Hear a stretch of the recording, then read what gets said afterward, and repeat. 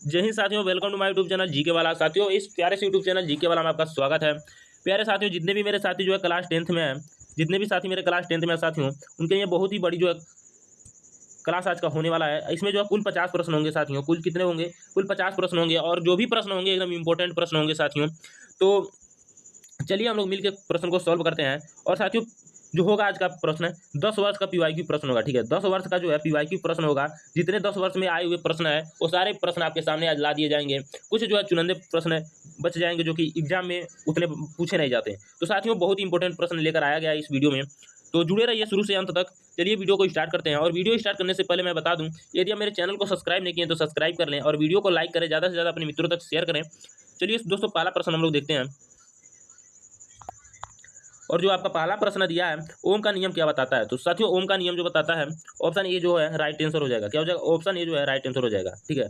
और इसी प्रकार जो नेक्स्ट प्रश्न है, विद्युत धारा की एसआई इकाई क्या है? तो साथियों, विद्युत धारा का जो एसआई इकाई क्या होता है ये आपको बताना है। यहाँ पे देख पा रहे होंगे विद्युत धारा का एसआई इकाई क्या होता है। तो विद्युत धारा का एसआई इकाई जो होगा साथियों एम्पियर होगा। क्या होगा? एम्पियर होगा। एम्पियर जो हो जाएगा विद्युत धारा का एसआई इकाई होता है। और इसी प्रकार जो नेक्स्ट प्रश्न है दिया है, तीसरा प्रश्न, धारा नापने का यंत्र क्या है? तो दोस्तों, धारा हम किससे मापते हैं? धारा नापने का यंत्र क्या है? तो साथियों, धारा हम किससे मापते हैं आपको बताना है। तो धारा हम लोग जो है किससे मापते हैं? तो ए मीटर से मापते हैं। किससे मापते हैं? ए मीटर से, यानी कि ऑप्शन बी जो है राइट आंसर हो जाएगा। और चौथा प्रश्न दिया है, 1 किलोवाट में कितना होता है? मतलब 1 किलोवाट किसके बराबर है? कितने जूल होता है 1 किलोवाट में? तो साथियों, 1 किलोवाट में जो है कितना होता है, तो मैं बता दूं 3.6 गुणे में 10 पे पावर 6 जूल होता है। कितना होता है? 10 पे पावर 6 जूल होता है। ये क्या होता है आपका? 1 किलोवाट में इतना जूल होता है साथियों।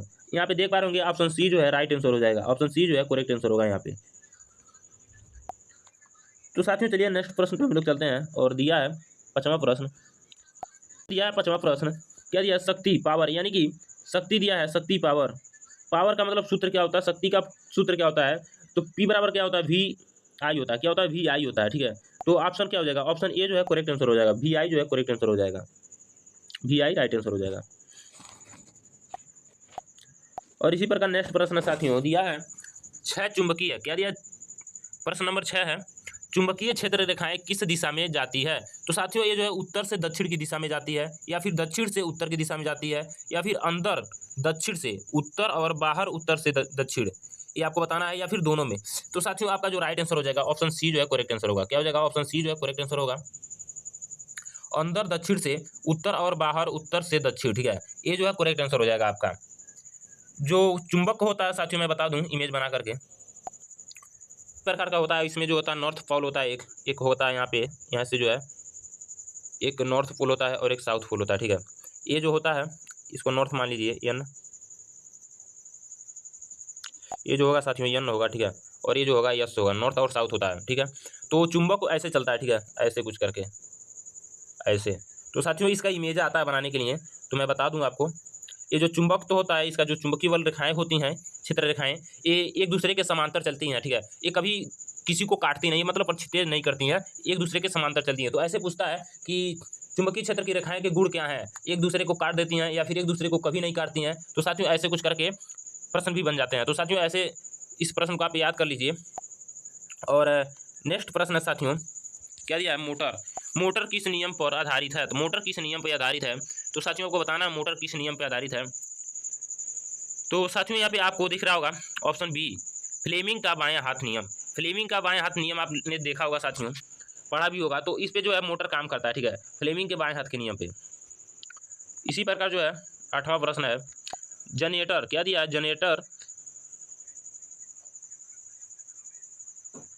साथियों दिया है 8वां प्रश्न, जनरेटर किससे किसमें बदलता है? ठीक ना, जनरेटर जो होता है किससे किसमें बदलता है आपको बताना है। तो यांत्रिक ऊर्जा से विद्युत ऊर्जा में बदलता है। ठीक है, यांत्रिक ऊर्जा से विद्युत ऊर्जा में बदलता है। और पूछ लेगा मोटर किससे किसमें बदलता है? तो विद्युत ऊर्जा से यांत्रिक ऊर्जा में मोटर बदलता है। और साथियों, ये आपका 2 प्रश्न क्लियर हुआ। और नेक्स्ट प्रश्न है, क्या दिया है? घरेलू विद्युत परिपथ में वोल्टेज होते हैं, मतलब घरेलू विद्युत परिपथ में कितने वोल्टेज होते हैं? तो इसमें आपका राइट आंसर हो जाएगा 220। इसमें क्या होगा? 220 होते हैं। ठीक है, जो आपके घरों में आते हैं वोल्टेज, उसमें कितने होते हैं? 220। भले ही जो है वहाँ पे आप लोग ट्रांसफार्मर पे देखेंगे तो वहाँ पे 1000 2000 या फिर 1100 1200 जो भी होते होंगे वोल्टेज होंगे, लेकिन आपके जो घरों में आते हैं साथियों वो केवल होते हैं 220 वोल्ट, ठीक है। 220 वोल्ट ही आपके घर में जो है आ पाते हैं, और उतना ही आपको आवश्यकता भी है। तो साथियों नेक्स्ट प्रश्न है आपका परावर्तन का नियम, ठीक है, परावर्तन का नियम। नेक्स्ट प्रश्न है साथियों परावर्तन का नियम। तो परावर्तन का नियम क्या कहता है, sine i upon sine r, ठीक है। परावर्तन का नियम कुछ कहता है कि sine i upon sine r, मतलब कि आपतित किरण की कोण तथा परावर्तित किरण की कोण जो है एक दूसरे के बराबर होती है। ऐसे होता है साथियों, इन दोनों के जो बीच कोण बनता है, ठीक है, इन दोनों के जो बीच कोण बनता है ए आई होता है और ए आर होता है, यानी कि sine i upon sine r होता है, यानी कि आई बराबर आर। ऑप्शन ए जो है करेक्ट आंसर हो जाएगा। और साथियों नेक्स्ट प्रश्न अब आया रासायनिक विज्ञान का, ठीक है। रासायनिक विज्ञान का केमिस्ट्री आया, यानी कि देख पा रहे होंगे पीएच क्या दिया, पीएच स्केल की सीमा क्या है, मतलब पीएच स्केल की सीमा क्या है। तो 0 से 14 तक की पीएच स्केल की सीमा होती है। कुछ लोग मेरे साथी जो है 1 से 14 मार के आएंगे, तो ये बिल्कुल भी गलत हो जाएगा, ठीक है। ये राइट आंसर आपका नहीं होगा, ये रॉन्ग आंसर हो जाएगा, ये जो है रॉन्ग आंसर हो जाएगा। राइट आंसर जो होगा ये 0 से 14 तक होता है। ऐसे एक स्केल होता है, यहाँ पे लिखा रहेगा 0 1 2, मतलब ऐसे डॉट डॉट करके, मतलब कुल लिखा रहेगा 7 तक यहाँ रहेगा, ठीक है, बीच में 7 रहेगा, फिर यहाँ से फिर 8 हो जाएगा, 9 हो जाएगा, 10 हो जाएगा। इधर जो होता है दोस्तों, इधर जो होता है 7 के उधर जो होता है इधर, ये क्या होता है, ये क्षारीय होता है। और इधर जितना ही होता है वो क्या होता है, जितना इधर आएगा उतना अम्लीय होगा, और जितना ही इधर जाएगा वो क्षारीय होता जाएगा। यानी कि इसका लिमिटेड जो होता है 14 अधिक होता है और 0 तक कम से कम होता है। HCl किस प्रकार का अम्ल है, तो दोस्तों आपको बताना है HCl जो है किस प्रकार का अम्ल है। तो HCl किस प्रकार का अम्ल है साथियों, कमजोर अम्ल, कार्बनिक अम्ल, कार्बोनिल अम्ल या फिर क्षार। तो साथियों कार्बोनिल अम्ल जो है HCl जो है किस प्रकार का अम्ल है, तो HCl जो है कार्बोनिल अम्ल है, ठीक है। ऑप्शन सी जो है करेक्ट आंसर होगा। तो ये साथियों नेक्स्ट प्रश्न में चलते हैं। NaOH का सामान्य नाम क्या है। NaOH का सामान्य नाम जो होगा कास्टिक सोडा होता है साथियों। NaOH का जो सामान्य नाम होता है क्या होता है, कास्टिक सोडा। यानी कास्टिक सोडा का रासायनिक जो है नाम पूछा जाएगा तो NaOH हो जाएगा। बेकिंग सोडा का सूत्र क्या है, तो साथियों बेकिंग सोडा का जो सूत्र होगा यहाँ पे आप लोग देख पा रहे होंगे, बेकिंग सोडा का जो सूत्र होगा क्या है, NaHCO3। NaHCO3 जो होगा बेकिंग सोडा का सूत्र हो जाएगा। और साथियों वाशिंग सोडा का क्या है, वाशिंग सोडा का सूत्र क्या होगा, तो साथियों वाशिंग सोडा का जो सूत्र होता है Na2CO3 10H2O होता है, 10H2O होता है, Na2CO3 10H2O। ये क्या होता है, सोडियम बेकिंग सोडा का जो है सूत्र होता है। पानी का रासायनिक नाम आपको पता ही होगा H2O होता है। तो साथियों इस पे ज़्यादा समय ना लगाएं, नेक्स्ट प्रश्न में चलते हैं। जंग, यहाँ पे बहुत ही इंपॉर्टेंट प्रश्न है साथियों। जंग दिया है, जंग का रासायनिक सूत्र क्या है। जंग का जो रासायनिक सूत्र होता है क्या होता है, Fe2O3, ठीक है, इंटू XH2O। Fe3 आप लोगों ने ऑप्शन में देख पा रहे होंगे कि Fe2O3 XH2O जो है जंग का क्या है, रासायनिक सूत्र है। साबुन किसकी अभिक्रिया से बनता है, तो साथियों साबुन किसकी अभिक्रिया से बनता है आपको बताना है। तो साथियों वसा और क्षार के जो अभिक्रिया से बनता है वो क्या जो है साबुन बनता है। वसा और क्षार की अभिक्रिया से क्या बनता है, साबुन बनता है। तो आई होप साथियों जितना भी प्रश्न मैंने कराया आपको समझ आ रहे होंगे, और ये आपके सामने जो प्रश्न आएंगे इससे रिलेटेड तो आप कर भी पाएंगे, मैं आशा करता हूँ। या पोटेशियम पर मैग्नेट का सूत्र क्या है, पोटेशियम पर मैग्नेट का सूत्र क्या है साथियों, तो नीचे कुछ ऑप्शन भी हैं। तो साथियों जो पोटेशियम पर मैग्नेट का सूत्र होगा क्या होगा, Km होगा, KmNO4, ठीक है, KmNO4। ऑप्शन ये जो होगा करेक्ट आंसर होगा। इसी प्रकार 20 है, बिजली क्या है, बिजली गिरने पर ओजोन बनती है, उसका सूत्र क्या है। बिजली गिरने पर ओजोन बनती है, उसका सूत्र क्या है, तो साथियों O3 है, उसका सूत्र क्या है, O3। ऑप्शन बी जो है करेक्ट आंसर होगा। बहुत ही बेहतरीन प्रश्न है साथियों, ऐसे ही प्रश्न एकदम आते हैं आपके एग्जामों में, क्योंकि अनुभव है तो मैं बता रहा हूँ, ठीक है। बहुत ही बेहतरीन प्रश्न आते हैं इस तरह के। दिया जीव विज्ञान, यानी कि अब क्या है, बायोलॉजी है। तो साथियों हम लोगों ने 20 प्रश्न कर लिया, और आपका स्कोर क्या बना, ठीक है, आपका कितना स्कोर बना 20 में से कमेंट बॉक्स में जरूर बताइए, 20 में से आपका कितना स्कोर बना। तो चलिए हम लोग 21 प्रश्न को देखते हैं। पाचन तंत्र का मुख्य एंजाइम कौन है, तो पाचन तंत्र का मुख्य एंजाइम क्या है, तो क्या है साथियों, अमाइलेज, जाइपेज, उपयोग सभी, यानी कि इस तीनों जो है क्या पाचन तंत्र के मुख्य स्रोत हैं, ठीक है, मुख्य एंजाइम है। तो उपयोग सभी जो है राइट आंसर होगा। प्रकाश संश्लेषण में कौन सी गैस निकलती है, तो प्रकाश संश्लेषण के द्वारा कौन सी गैस निकाली जाती है या फिर निकलती है? तो ऑप्शन राइट जो होगा O2 होगा। क्या होगा? ऑक्सीजन होगा साथियों। प्रकाश संश्लेषण में ऑक्सीजन जो है निकलती है। प्रकाश संश्लेषण में उपयोग होने वाली हरा रंगद्रव्य है तो हीमोग्लोबिन, क्लोरोफिल, बैक्टोटिन और एल्ब्यूमिन। तो साथियों आपका जो राइट आंसर होगा क्लोरोफिल होगा। क्या होगा? क्लोरोफिल। क्लोरोफिल जो है करेक्ट आंसर होगा। रक्त का लाल रंग किससे होता है? तो साथियों जो रक्त का लाल रंग होता है वो किसके कारण होता है? तो हीमोग्लोबिन होता है। क्या होता है? हीमोग्लोबिन के कारण जो है रक्त का लाल रंग दिखाई देता है, यानी कि रक्त का लाल रंग दिखाई देता है। और साथियों आपको कमेंट बॉक्स में जरूर बताइए कि रक्त किस विटामिन की वजह से जो है थक्का बन जाता है रक्त में। इसका जो करेक्ट आंसर बताएगा उसका कमेंट जो है मैं पिन करके रखूँगा। यहाँ पे रक्त का थक्का बनने में कौन सा घटक सहायक है? रक्त का थक्का, देखिए यहाँ पे आ गया रक्त का थक्का बनने में कौन सा जो है घटक सहायक है, लेकिन यहाँ विटामिन नहीं बोला है। ठीक है, तो यहाँ पे जो है सी यानी कि प्लेटलेट्स, बिम्बाणु जिसे हम लोग कहते हैं बिम्बाणु। ठीक है, प्लेटलेट्स जो बिम्बाणु है वो क्या है? रक्त का थक्का बनने में सहायक है। श्वसन अंग कौन सा है? श्वसन अंग कौन सा है? हृदय, फेफड़े, यकृत और गुर्दा। तो यहाँ पे जो फेफड़े होंगे क्या होंगे? करेक्ट आंसर हो जाएंगे। और मानव हृदय में कितने कक्ष होते हैं? तो 4 कक्ष होते हैं, सबको पता होगा, 4 हो जाएगा ऑप्शन सी। और दिया 28, पादप में क्या है? पादप में जल का परिवहन कौन करता है? पादप में जल का परिवहन कौन करता है? तो साथियों यहाँ पे जाइलम होगा। क्या होगा? जाइलम हो जाएगा। और दिया डीएनए, डीएनए का पूरा नाम क्या है? डीएनए का पूरा नाम क्या है? Deoxyribo nucleic acid. ठीक है, option A deoxyribo nucleic acid. तो साथियों ये आपका जो है राइट आंसर हो जाएगा। और चलिए नेक्स्ट प्रश्न को हम लोग देखते हैं। 30 प्रश्न है। संतुलित क्या है? इंसुलिन है, सॉरी संतुलित नहीं, इंसुलिन। इंसुलिन किस अंग से स्रावित होती है? इंसुलिन किस अंग से स्रावित होती है? यकृत, गुर्दा, अग्नाशय, हृदय। तो यहाँ पे अग्नाशय जो होगा करेक्ट आंसर हो जाएगा। और दिया पर्यावरण, क्या पर्यावरण एवं सामान्य प्रश्न। यहाँ से पर्यावरण और सामान्य प्रश्न का जो है यहाँ से जिक्र होगी। हम लोगों ने 30 प्रश्न को कंप्लीट कर लिया। ग्रीन हाउस गैस कौन सी है? तो साथियों ये बहुत बार प्रश्न को पूछा गया है हर एक एग्जाम में। ठीक है, क्लास 12 तक में आता है ये जो है ग्रीन हाउस वाला। तो साथियों इसको तैयार कर लीजिए। ग्रीन हाउस गैस कौन सी है? तो क्या CO2 है, CO2। ठीक है, ऑप्शन ए करेक्ट आंसर होगा। ओजोन परत हमें किससे बचाती है? तो साथियों ओजोन परत जो है हमें यूवी किरण से बताती है। ठीक है, यूवी किरण एक होती है जो कि हमें ओजोन परत जो है बचाती है। ओजोन परत हमें किससे बचाती है? तो यूवी किरण से जो है बचाती है। ऑप्शन ए जो है करेक्ट आंसर होगा।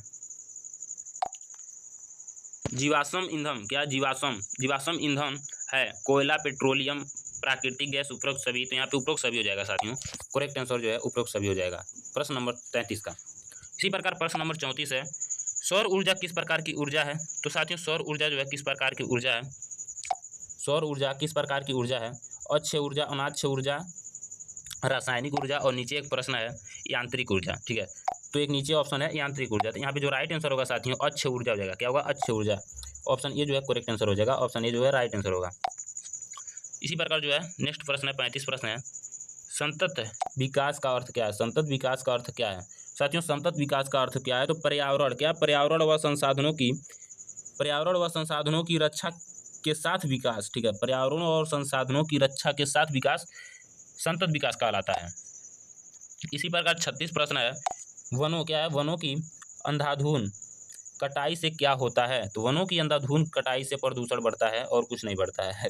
ठीक है, ऑक्सीजन बल्कि घटता है और जो है प्रदूषण क्या होता है? बढ़ता है साथियों। ऑप्शन सी जो है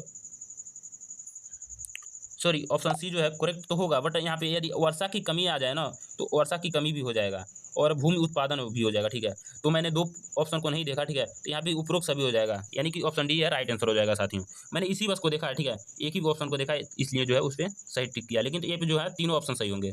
यानी कि प्रदूषण भी बढ़ेगा, वर्षा की कमी भी होगी, भू अपरदन भी होगा, और जो है जीव जंतु जो है तड़प के मर भी जाएंगे, ऑक्सीजन नहीं मिलेगा तो, यानी कि उपरोक्त सभी हो जाएगा। और इसी प्रकार है 37 प्रश्न। अक्षय ऊर्जा स्रोत है, अक्षय ऊर्जा स्रोत है कोयला, पेट्रोल, सौर ऊर्जा, डीजल। तो साथियों राइट आंसर होगा सौर ऊर्जा। सौर ऊर्जा अक्षय ऊर्जा स्रोत है। रीयूज, क्या है? रीयूज का मतलब क्या है? रीयूज का मतलब क्या है साथियों आपको बताना है। रीयूज का मतलब क्या है? चीज़ों को बार बार इस्तेमाल करना। रीयूज का मतलब क्या है साथियों आपको बताना है। रीयूज का मतलब चीज़ों को बार बार इस्तेमाल करना, चीज़ें जलाना, चीज़ें फेंक देना, ठीक है, चीज़ें फेंक देना, चीज़ें दबाना, ठीक है। क्या आपका राइट आंसर होगा आपको बताना है। तो ऑप्शन ए जो होगा करेक्ट आंसर हो जाएगा, चीज़ों को बार बार इस्तेमाल करना। किसी भी चीज़ को बार बार इस्तेमाल करेंगे तो उसको क्या कहा जाता है, रीयूज कहा जाता है, रीयूज। वनों को पृथ्वी के फेफड़े क्यों कहा जाता है। साथियों को बताना वन को जो है पृथ्वी के फेफड़े क्यों कहा जाता है। क्वेश्चन नंबर 39 का राइट आंसर क्या होगा, वे दोनों करते हैं, ठीक है, यानी कि वे O2 छोड़ते हैं और CO2 लेते हैं, ठीक है। वो क्या करते हैं, ऑक्सीजन छोड़ते हैं और कार्बन डाइऑक्साइड क्या होता है, लेते हैं। तो ये दोनों क्या मतलब ऑप्शन सी हो जाएगा राइट, कि ये दोनों जो है करते हैं, ठीक है। ये दोनों क्रिया करते हैं, ऑक्सीजन छोड़ते हैं और जो है कार्बन डाइऑक्साइड लेते हैं, इसलिए उन्हें क्या कहा जाता है, वनों के फेफड़े कहा जाता है, पृथ्वी के फेफड़े कहा जाता है वनों को।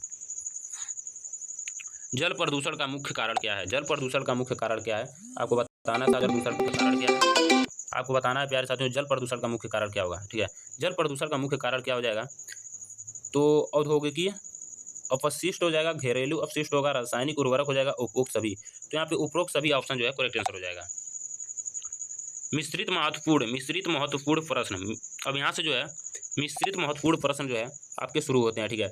हम लोगों ने 4 जो है भाग में किया है, ठीक है, 4 भाग में हम लोगों ने किया है। फिर वहाँ तो साथियों यहाँ से मिश्रित प्रश्न आपके शुरू होते हैं, जो कि 41 प्रश्न है। न्यूटन का तीसरा नियम क्या है, न्यूटन का तीसरा नियम क्या है आपको बताना है साथियों, न्यूटन का तीसरा नियम। तो न्यूटन का जो तीसरा नियम है साथियों, हर क्रिया के बराबर वो विपरीत क्रिया प्रतिक्रिया होती है। यदि आप किसी को जैसे धक्का देते हैं तो वो भी क्या है, आपको धक्का देता है, यानी कि वो क्या है, जो है न्यूटन का तीसरा नियम होगा। यानी कि आप दीवार को मारते हैं तो आपको भी चोट लगता है, उस पर क्या है, न्यूटन का तीसरा नियम लगता है, ठीक है।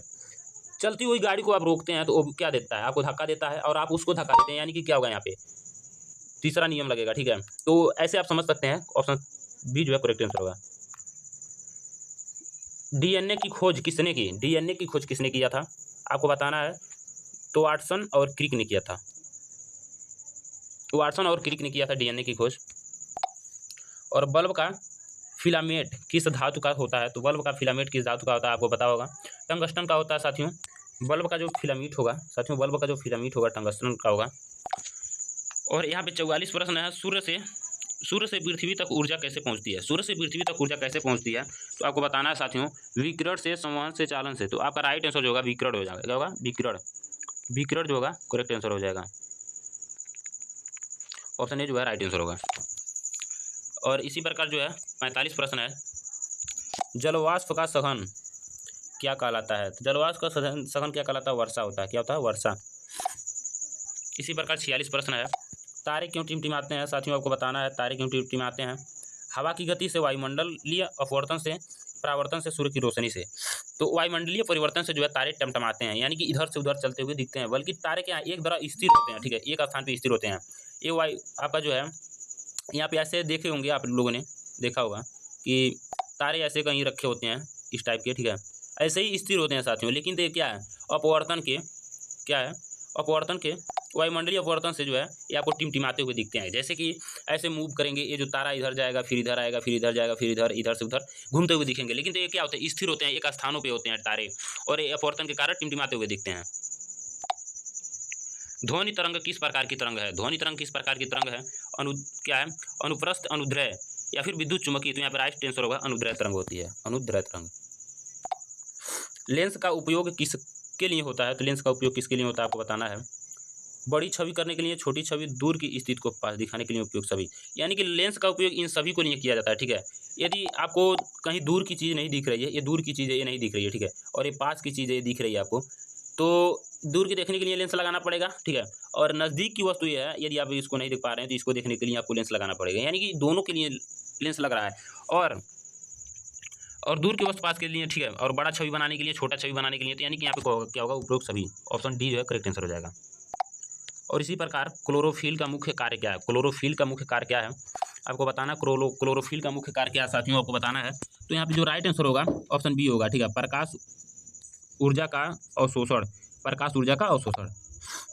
और लास्ट प्रश्न है साथियों, लास्ट प्रश्न है, पृथ्वी का जीवन के लिए सबसे आवश्यक गैस है, पृथ्वी पर जीवन के लिए सबसे आवश्यक गैस क्या है, तो आपका राइट आंसर जो होगा साथियों क्या होगा, O2 हो जाएगा, यानी कि ऑक्सीजन हो जाएगा, ऑक्सीजन जो है करेक्ट आंसर हो जाएगा।